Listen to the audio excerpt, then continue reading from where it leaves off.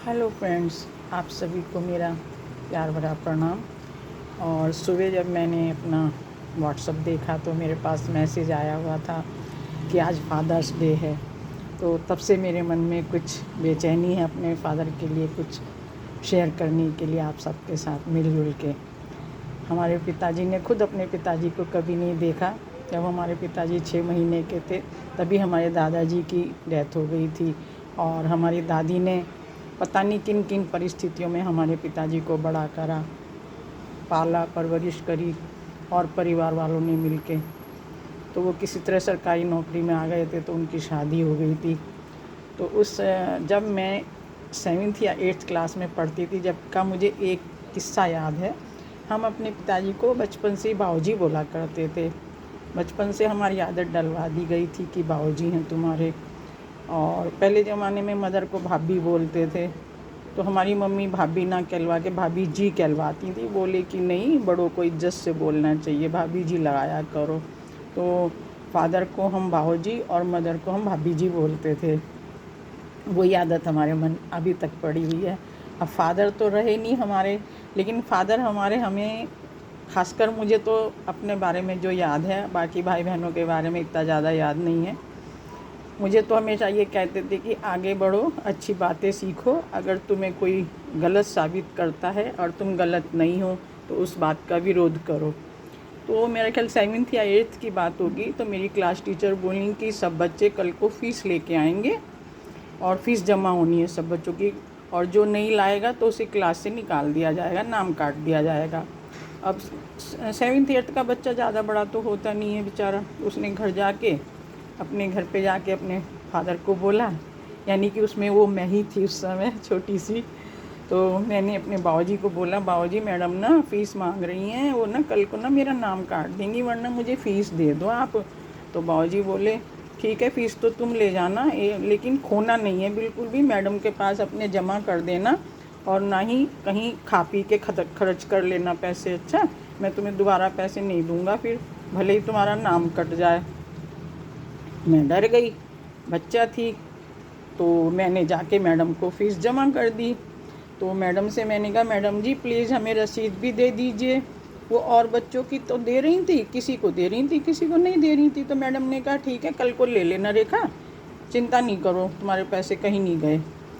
तो मैडम के आगे मेरी हिम्मत नहीं, मैं दोबारा उनसे कुछ कह सकूं इस तरह से। तो फादर ने बोला कि रसीद लाई हो गुड्डी तुम? मैंने कहा नहीं, अभी मैडम ने मना कर दिया, बाद में देंगी। तो इसी तरह से वो टाइम बीतता चला गया। अगले महीने में फिर फीस जमा होने लगी। तो मेरी क्लास टीचर ने मुझे बुलाया और बोली कि रेखा तुम्हारी 2 महीने की फ़ीस जमा होनी है। मैंने कहा मैडम पिछले महीने तो हमने जमा कर दी थी अपनी फ़ीस। बोली कि लाओ रसीद दिखाओ। मैंने कहा रसीद तो आपने मैडम जी दी नहीं थी, ये बोल दिया था कि मैं बाद में दूंगी और आज तक आपने दी नहीं। बोली कि नहीं, क्या मैं झूठ बोल रही हूँ, जाओ क्लास से बाहर खड़ी हो जाओ। उधर मैडम की डांट और उधर मेरे अपने बाबूजी की सीख कि तुम खो मत देना, ये मत कर देना। मैं डर गई, रोने लग गई अंदर ही अंदर। मुझे कोई रास्ता ना नज़र आए, मैं क्या करूं, कैसे किसको समझाऊंगी। तो मेरे मन में आया कि मैं रोते रोते, मैडम ने बोला चलो बाहर निकल जाओ। मैं रोते रोते क्या हुआ, प्रिंसिपल के कमरा जहाँ प्रिंसिपल रहती थी वहाँ चली गई हिम्मत करके और बाहर खड़ी होकर रोने लग गई। रो तो मैं वैसे ही रही थी। तो मैडम को कुछ लगा, प्रिंसिपल मैडम को, उन्होंने अपने चपरासी को भेजा, बोला कि बाहर कोई बच्चा रो रहा है, उसे अंदर बुलाओ, क्या हुआ उसे मैं पूछूंगी ज़रा। तो प्रिंसिपल मैडम ने प्यार से, बड़े प्यार से मुझे अंदर बुलाया और मैं डरते डरते प्रिंसिपल मैडम के पास बैठ गई। उन्होंने कहा यहाँ बैठो, बहुत अच्छी थी वो मैडम। और उन्होंने बैठाया और पानी पिलाया मुझे और सिर पे हाथ फेरते हुए प्यार करते हुए मुझसे बोली डरो नहीं, बताओ तुम्हारे साथ क्या हुआ। तो मैडम को मैंने अपनी सारी बातें बता दी, पापा वाली भी और अपनी क्लास टीचर की भी। तो मैडम ने मेरा क्लास टीचर का नाम पूछा, सेक्शन पूछा और बोली तुम यहीं बैठो, मैं तुम्हारे सामने अभी बुलाती हूँ। तो मैडम जी आ गई। तो मैडम मेरे को देख के सब पका गई कि ये यहाँ कैसे आ गई। तो फिर प्रिंसिपल मैडम ने उनकी, मेरी क्लास टीचर की क्लास ली। बोलने कि इस बच्चे को तुम जानती हो कि हाँ मेरी क्लास में ही है, तो तुमने क्या करा इसके साथ, ये रोता हुआ मेरे पास आया है। ऐसा है, इसकी फ़ीस जो 2 महीने की है ना, वो तुम्हें ही भरनी पड़ेगी अब, ठीक है। ये बच्चा तो क्लास छोड़ के कहीं नहीं जाएगा, लेकिन तुम्हें निकालना पड़ेगा।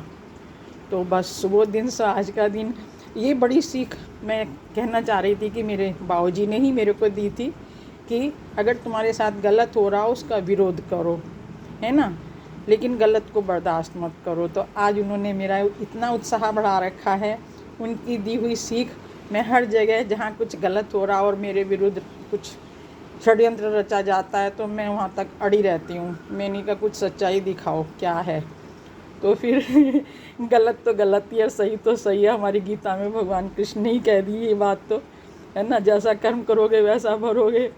तो मैं अपने पिताजी को, अपने बाबूजी को बहुत बहुत प्रणाम और तहे दिल से उनको जहाँ भी हैं, जिस रूप में भी हैं, जिस संसार में भी हैं, उनको बहुत बहुत धन्यवाद, बधाई और उनकी दीर्घ आयु के लिए और सुख शांति के लिए कामना करूँगी कि वो मेरे बहुत अच्छे बाबूजी निकले और हम सबको बहुत ही अच्छे से शिक्षा देते थे और बहुत ही संस्कारी थे, बहुत अच्छे थे। इसलिए बार बार उनको प्रणाम। और हमारे भारत देश के सभी बाबूजी को और फादर्स को, पिताजी को, सभी को मेरा भावपूर्ण भरा प्रणाम स्वीकार। ओके बाय, फिर मिलेंगे, बाय।